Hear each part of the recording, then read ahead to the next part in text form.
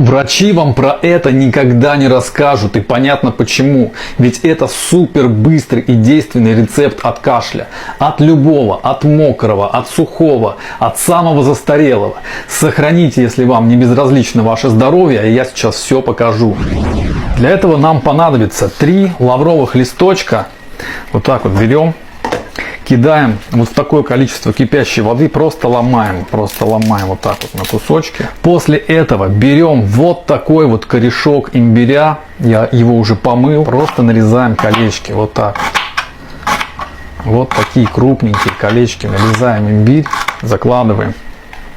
Теперь, друзья, накрываем крышкой.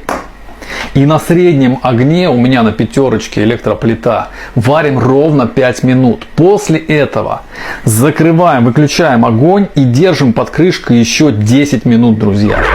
Все, друзья, наш чудо-чай готов. Теперь просто нужно процедить. Просто процедить вот так вот. В кружечку налил, в кружку взял побольше. Вот, это мы оставляем, это еще можно будет использовать. Просто процедить и остудить.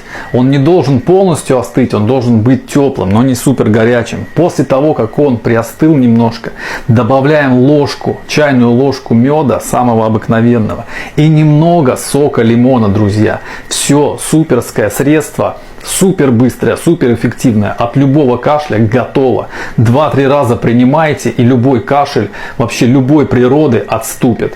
Пользуйтесь, друзья, сохраняйте, поделитесь со всеми, до кого только можете дотянуться. И, конечно же, подписывайтесь, потому что дальше тут будет еще больше полезных лайфхаков.